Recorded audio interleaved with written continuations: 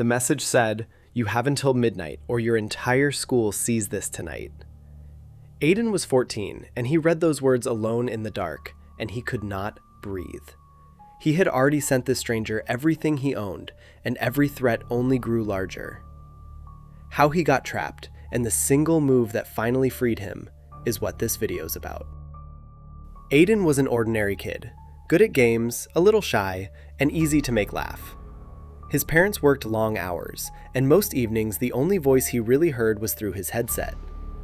A few months earlier, a new player had added him after a match, friendly and older and cool. The guy said his name was Marcus, and he seemed to think Aiden was genuinely funny and clever. For a lonely kid, being noticed by somebody older and confident filled a very real hole. They talked every day for weeks, about games, about school, about everything, like real close friends. For a while, Aiden genuinely thought he had found the best friend he had ever had online. Marcus never once asked for anything, and that patience was the whole trick, though Aiden could not see it. By the time the trap closed, Aiden already felt like Marcus was one of his best friends. One night, as a joke, Marcus dared Aiden to record a short video for their private group.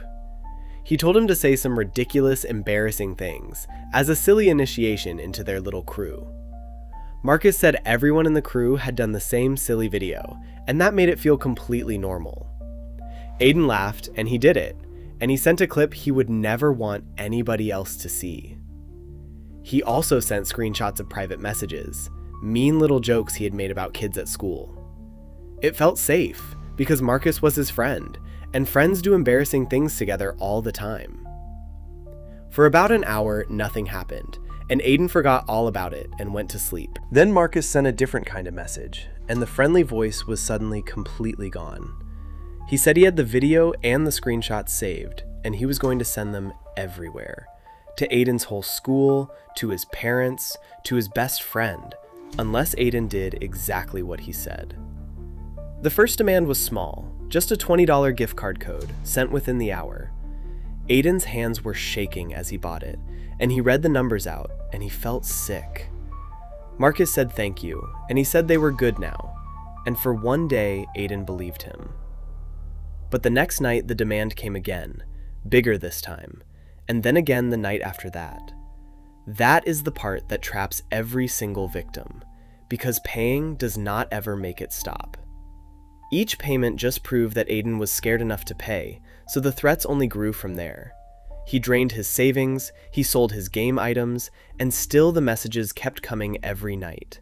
Marcus had one strict rule that he repeated constantly, which was that Aiden must never tell anyone.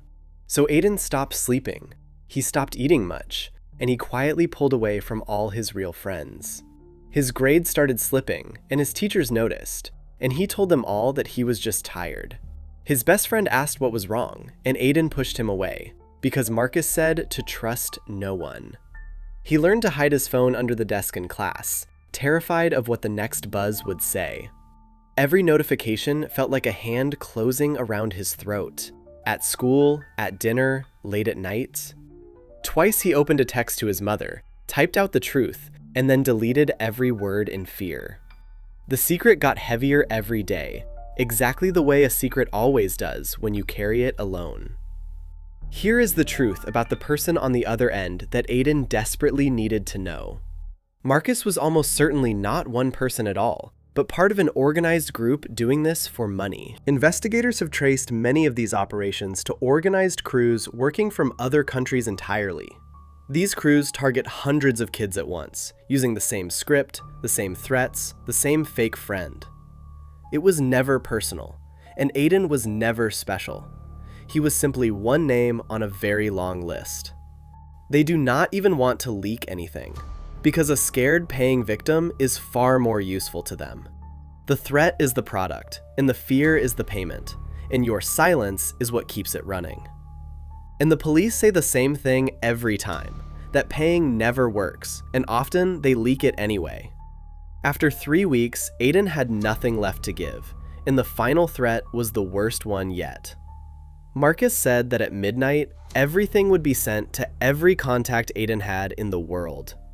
Aiden sat in the dark that night, ready to hand over his passwords, his accounts, anything at all.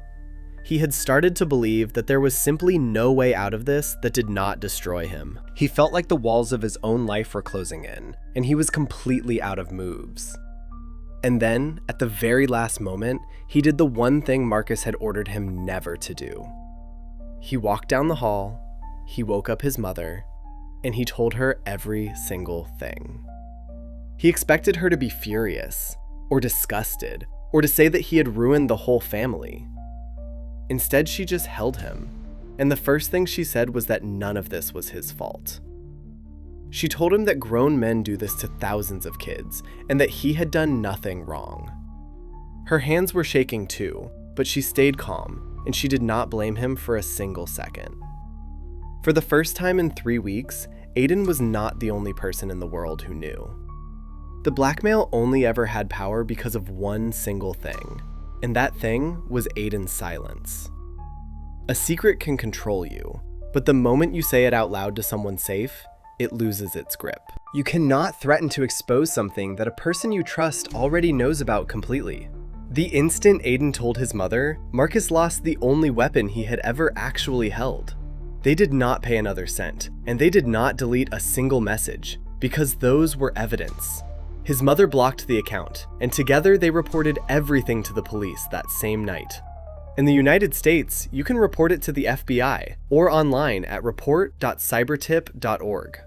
The police explained that Aiden's screenshots were now helping them build a case against the whole operation.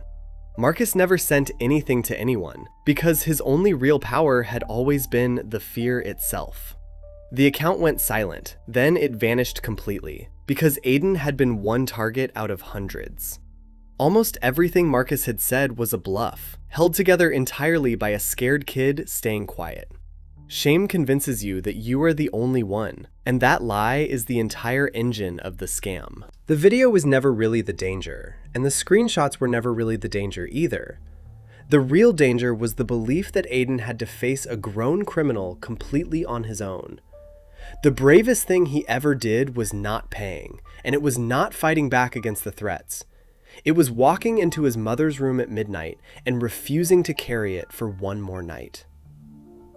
Aiden started talking to a counselor, and slowly the sleep came back and the fear began to shrink. He also told his best friend the truth, and his friend was not disgusted, only worried for him. So if this is happening to you right now, please hear this next part very clearly and remember it. You do not pay them, you do not panic, and you do not answer another one of their messages. You take screenshots, you do not delete anything, and you tell a trusted adult tonight, not tomorrow. Screenshots, a trusted adult, and a police report will end this far faster than any payment ever could. You are not in trouble, you did not do anything unforgivable, and you are absolutely not alone in this. The person threatening you is a coward running a script, and they fall apart the second you speak up. Aiden is doing fine now, and he says the worst month of his life ended with 8 simple words. Those words were, "Mom, I need to tell you something." And saying them out loud saved him. If somebody you know is being blackmailed like this, send them this video before they do anything else. And if you are that somebody, go and tell a real person right now, because that is where this ends. And if this reached you at the right time, stick around, because the next story might reach someone else.